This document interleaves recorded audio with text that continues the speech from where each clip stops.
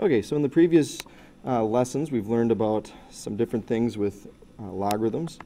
In this lesson we're going to learn some properties of logarithms that tie in with some of the properties that we learned about in Chapter 7 with exponents. So let's just review those for a minute. Remember the zero exponent theorem states anything with the exponent of 0 is always going to equal 1. The product of powers postulate says if you multiply the bases, or you multiply and the bases are the same, remember we add the exponents. The quotient of powers theorem, remember that's the one that states if you're dividing and the bases are the same, we subtract the exponents. And lastly, the power of a power postulate tells us that if you already have an exponent being raised to an exponent, we multiply those two exponents together. So these theorems and postulates are going to be very similar to the theorems that we're going to be dealing with today, except for they're going to be dealing with logarithms. Now some of them are going to be kind of tricky. The first two we look at are going to be relatively easy, kind of basic concepts. But the last three are really strange when we start using them. So you'll see what I mean in a minute. But first let's look at this activity here and see how it relates to our first two theorems. So here we have log base 2 of 1.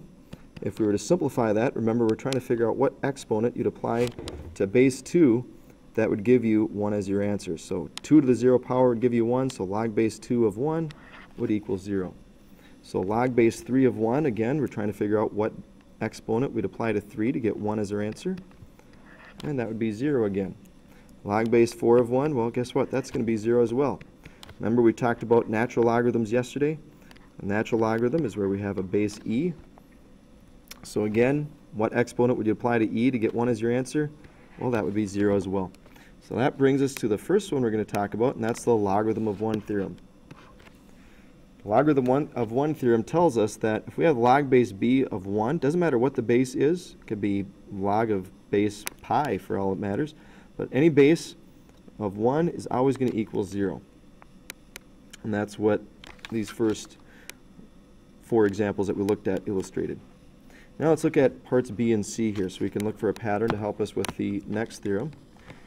This one states log base 2 of 2. So we're trying to simplify this. So we're trying to find what exponent you'd apply to 2 for it to remain a 2. That's going to be to the first power. Or the next one, log base 3 of 3. You want to figure out what that's going to equal. Again, what exponent would I apply to 3 for it to remain 3?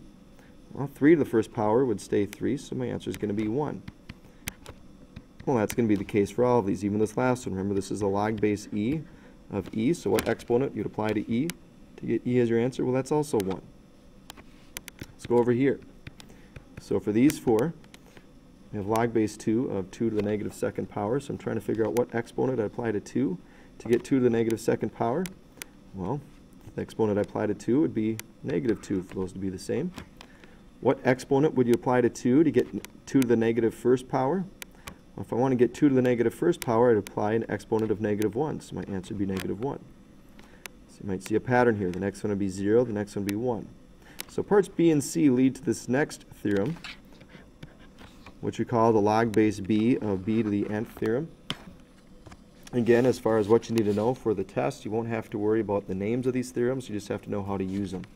And for this theorem, how we use it is that if you ever have the base for a logarithm and the base for the value here being the same, your answer is going to be the exponent.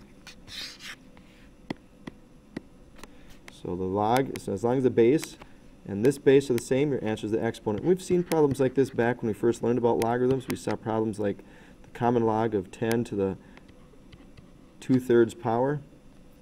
So remember, in a situation like this, how we would solve it is we'd say, well, it's a common logarithm, so it's got a base 10. And so we'd ask ourselves, what exponent would we apply to 10 to get 10 to the 2/3? Well, it would be 2/3. Well, now with this theorem, you don't have to go through that thought process. We can just remember that if this base and the base for our value here are the same, your answer is going to be whatever the exponent is. So our answer would be 2/3. Now, if you want, you can do this next activity. If you have my notes to help illustrate the next theorem, but we're just going to jump right into it. This is called the logarithm of a product theorem, and this is where it gets kind of weird. Because what it says, what this theorem states is that if I have the log base b of x times y, I could break that up to be the log base b of x plus the log base b of y. Or it's actually more common that we would start out with something like this, and we want to combine these to be one logarithm. And if that's the case, it would look like this. So if I have log base b, so any base of x plus log base b of y. So the key here is that the bases for the logarithms have to be the same.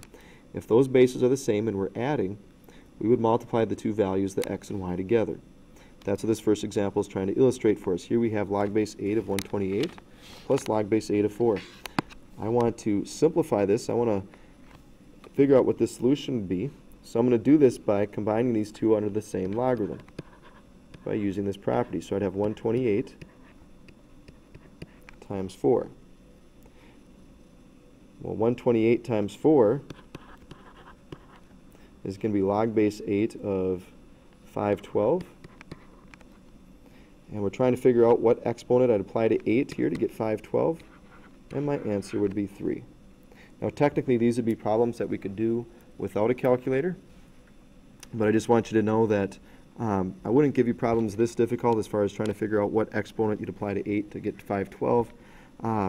They'd be a little bit more simpler. I'd want to make sure on the test that you just understand the concept of how you would use this theorem. So let's look at the next example. So the next example is going to be log base 9 of 243 plus log base 9 of 3. Again, we're going to put this under the same logarithm. So this is going to be the log base 9 of 243 times 3.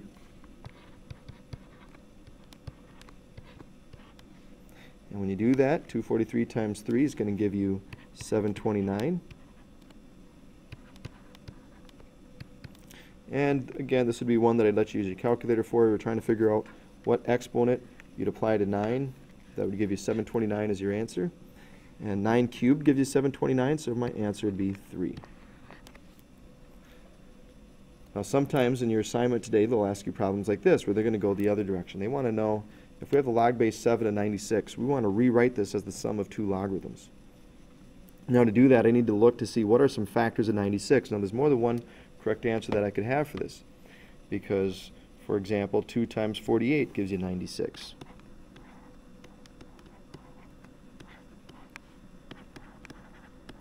So I could say it's a log base 7 of 2 times 48. Looking up at my logarithm of a product theorem tells me that if I wanted to break this up into the sum of two logarithms, I'd write it like this. I'd say log base 7 of 2 plus log base 7 of 48. And we wouldn't simplify this, we would just leave it like this, because this is what they're asking for, the sum of two logarithms. But again, like I said, there could be more than one answer. You could have recognized that 3 times 32 also gives you 96. So you could take log base 7 of 3 plus log base 7 of 32 would be another answer we could have used. So 4 would have worked, 8 and 12 works, so there's a lot of different answers that we could have for those. So part B would be the same, but again, we'll go ahead and skip that one because I want to make sure that we're just touching on kind of these key concepts here. The next one is called the logarithm of a quotient theorem. So if the previous one was where we're multiplying, so log base b times x and y, when we broke it up, it was log base b of x plus log base b of y. Well, since division is the opposite of multiplication, it makes sense that we'd be doing the opposite here. Instead of adding the two logarithms, if we broke it up into two pieces, we're going to subtract the two logarithms. Now it's important that, or the order does matter here. So it's always the log base b of the numerator minus the log base b of the denominator. Now here's a situation where we could use this. It says, recall from lesson 9.6 that the formula for converting the sound intensity in watts per square meter to decibels is using this formula. What they're asking us for is to use the theorem that we just talked about. We're going to use one of the other theorems we've also talked about today to rewrite this formula without a quotient. So meaning we want to change this piece here to not have dividing. So let's see what we do. First off, let me just rewrite this.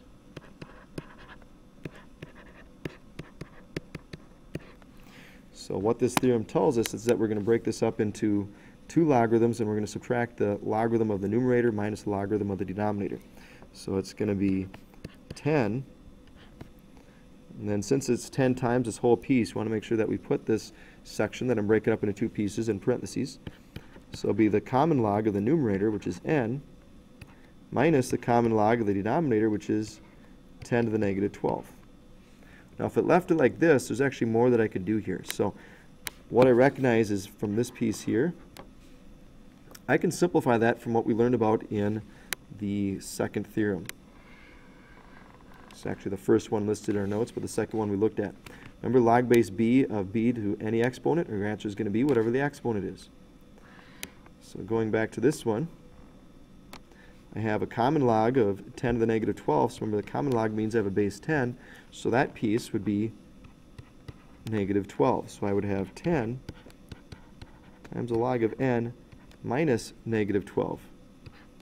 Or a better way to write that would be to say the log base n plus 12 would be your answer. And we would leave it like that. Okay, let's look at our last one here. This is called the logarithm of a power theorem.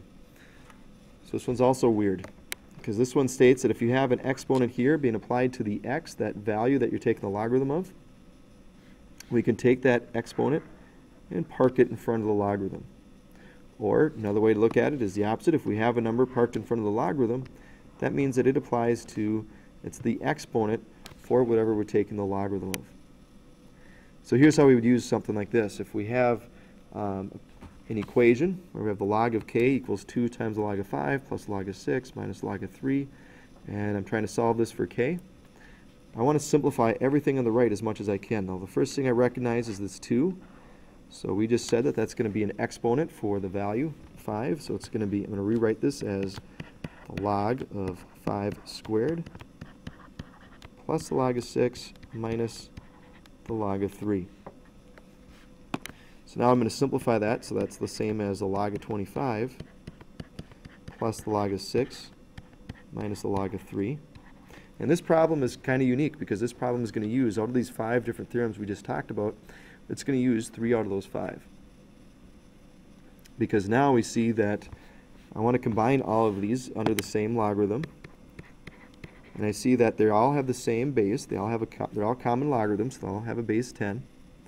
So that means I can merge these together. So I'm going to take the log of 25 plus the log of 6. That means that I could merge these together to be 25 times 6. And then minus the log of 3 means I can divide by 3. You might be wondering what's happened to that log of k. We still have that log of k on the left side of the equal sign.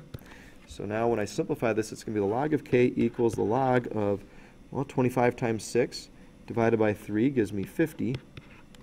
We're trying to figure out what k would have to be for these two sides to be equal. That means k would have to be equal to 50. Essentially what happens is the logarithms would cancel out, so we would have k equals 50.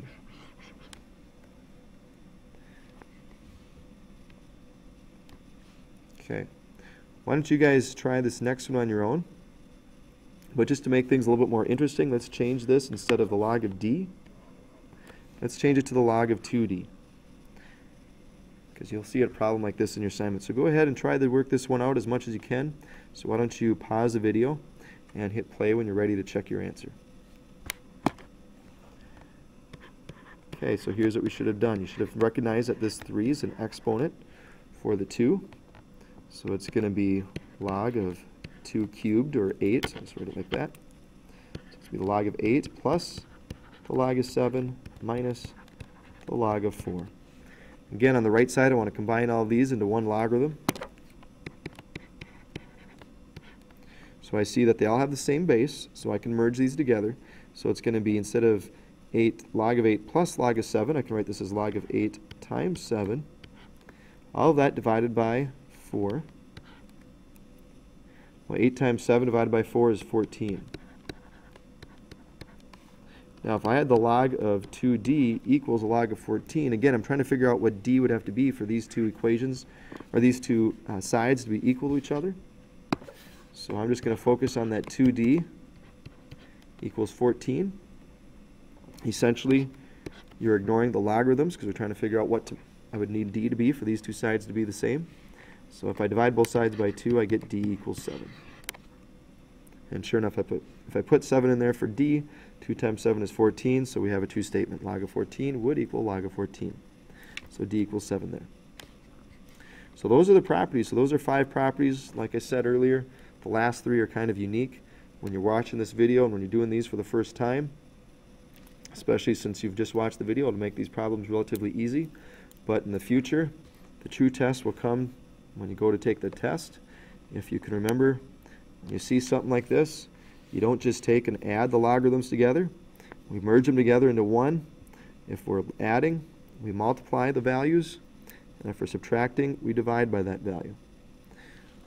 So hopefully this made sense to you, and you'll do well on your assignment. So with that, good luck.